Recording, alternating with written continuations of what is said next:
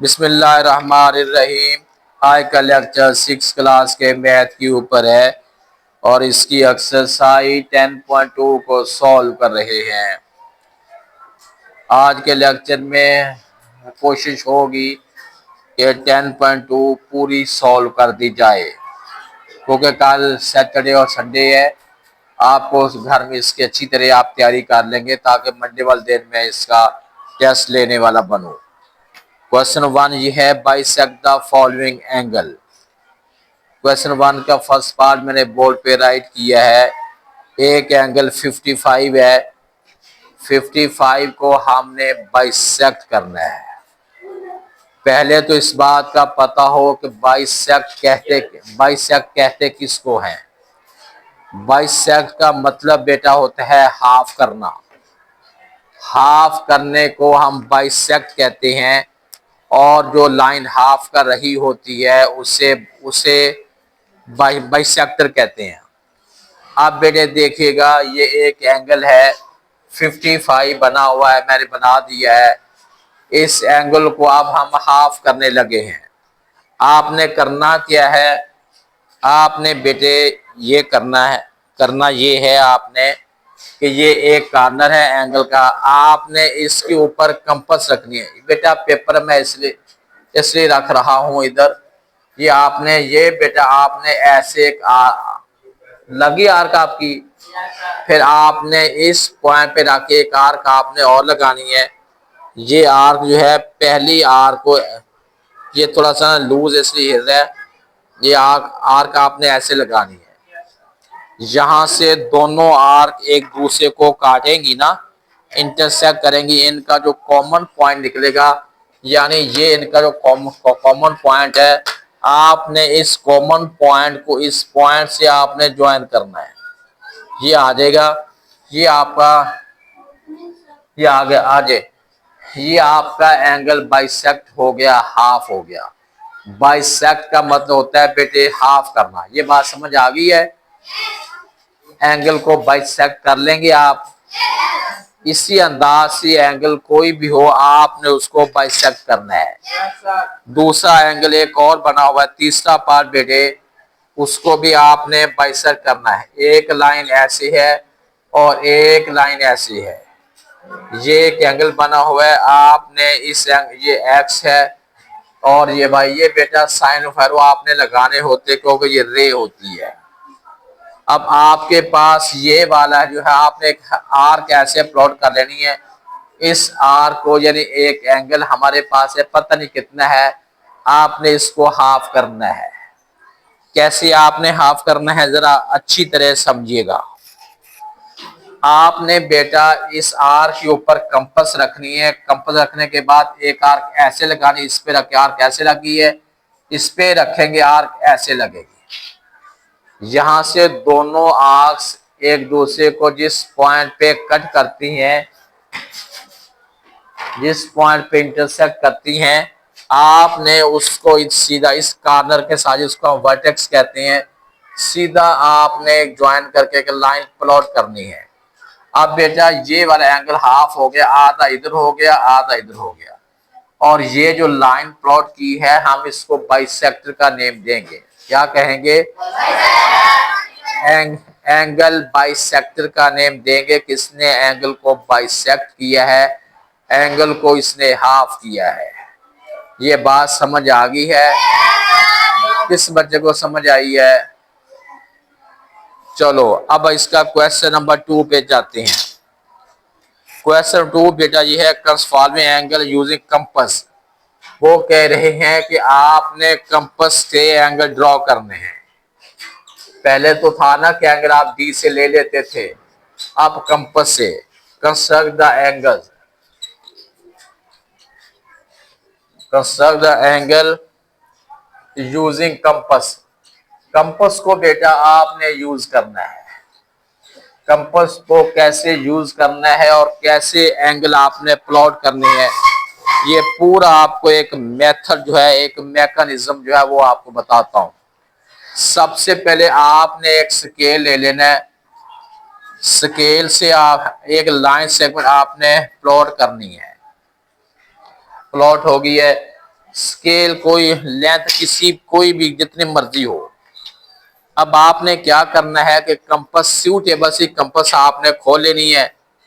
Suitable सी compass खोल के ना आपने सूटेबल से आपने कंपास खोल के बेटा एक आर्क लगाने, एक साइड पे आपने रख लेना है। रखने के बाद अब आपने बेटा ये यार ये कंपास बहुत लूज है, काम नहीं दे रही, आपने ऐसे लगा देनी है। ठीक हो गया। जितनी आपने कंपास खोली है इसे कम ज्यादा नहीं करना। एक आर्क आपने ऐसे लगानी है। ये 60 का एंगल बना दिया, 60 का। फिर एंगल एक ये बनाना है, आर्क लगानी है। और फिर उतने ही आपने साइज कम ज्यादा, अब हिल रही है ना कंपास, साइज कम ज्यादा हो रहा है, लेकिन आपने इसका साइज कम ज्यादा नहीं करना। ये हो गया। ये बेटा की डी बन गई है। डी बन गई ना। जैसे आप वो जिससे एंगल बनाते हैं, पूरा नेम उसका क्या होता है? तो यार डी तो कॉमन कहते हैं, उसका नाम और है, क्या कहते हैं? प्रोट्रैक्टर। अब आपने जो पहली आर्क लगी थी, आपने स्केल के साथ बेटे इसको रखते हुए आपने ये एक आर्क लगानी।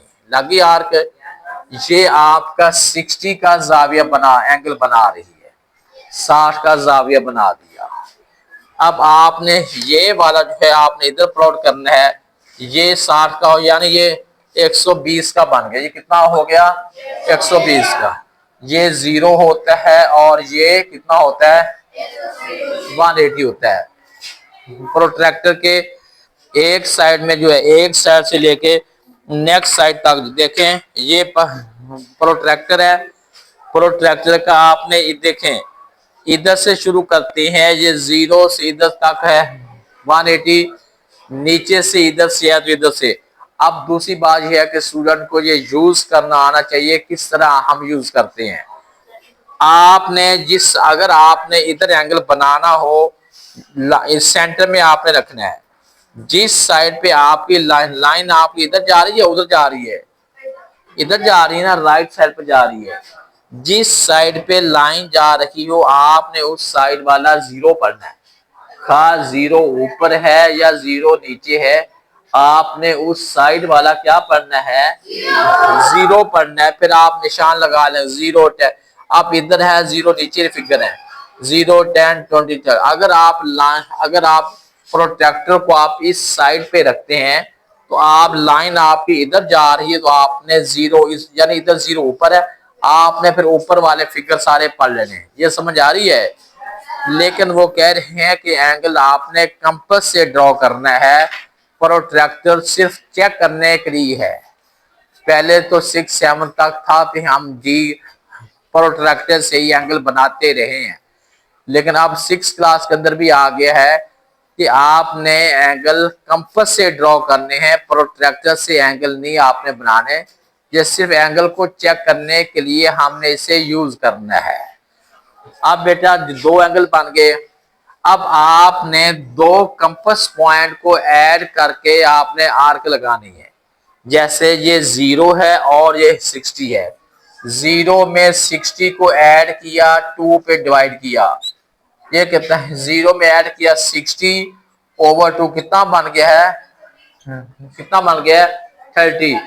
अब आपने कंपास को 0 पे रखने एक आर्क लगानी है, 60 के रख एक आर्क लगानी है और सीधी आपने ऐसे बना देनी है। ये एंगल कितना बन जाएगा? 30 का बन जाएगा। अब अगर मैं कहता हूं कि कंपास को 30 पे रखो, 60 पे रखो, आपने दोनों को ऐड करके 2 पे डिवाइड करना है। 30 में 60 ऐड किया, कितना बन गया है? ये 90 बन गया है। ओवर 2 पे डिवाइड किया, कितना बन गया है? 45 बन गया है। इसका मतलब है कि अगर मैं कंपास को इधर 30 पे रख के आर्क लगाता हूँ, 60 पे रख के आर्क लगाता हूँ, तो जो हमारा एंगल बनेगा वो कितना बनेगा? 40। एंगल कितना बनेगा बेटे? 45 का एंगल बन जाएगा। ये एंगल कितना बन गया है? 45 का। अच्छा, अब अगर मैं कंपास को रखता हूँ 60 पे और 120 पे, कौन सा एंगल बनेगा? आपने साइड पे ऐड कर देना, 2 पे डिवाइड करना है। 120 में 60 ऐड किया, कितना बन गया है? 180/2 कितना बन गया है? 90 बन गया है। कंपास को मैंने इधर आके ये आर्क लगानी है, इस पे आके ये आर्क लगानी है, और उसके बाद मैंने इसको सीधा सीधा मिला देना है। कितना बन गया है? कितना बन गया एंगल? 90 का बन गया। अगर मैं कंपास को 60 पे रखता हूँ, 90 पे रखता हूँ, एंगल कौन सा बनेगा? आपने 60 और 90 को आपने प्लस कर लेना है। 90 में 60 ऐड किया, कितना बन गया है? 150/2 डिवाइड कर कितना बन गया है? 75 बन गया है। अच्छा, अब कंपास को 60 पे रख के ये आर्क लगाई, 90 पे रख के ये आर्क लगाई, इनको अब हम आपस में ज्वाइन करते हैं। जरा एक्टिव रहिएगा बेटे। ये 75 का बन गया, ठीक हो गया। अच्छा, अब मैं कंपास को 90 पे रखता हूँ, 120 पे रखता हूँ, एंगल कौन सा बनेगा? ये 90 है और 120 है, इस पे डिवाइड किया, कितना बन गया? 90 ऐड करते हैं, ये 210 है ओवर 2 कितना बनेगा? 105 बनेगा। कंपास को बेटा आप इस पे रखते हैं, ये आर्क इस पे रखेंगे, ये आर्क लगेगी, इन दोनों आर्क्स को आपस में ज्वाइन करते हैं, तो ये एंगल बन गया है 105 का एंगल बन गया है। ये बात समझ आपको आ रही है या समझ नहीं आ रही?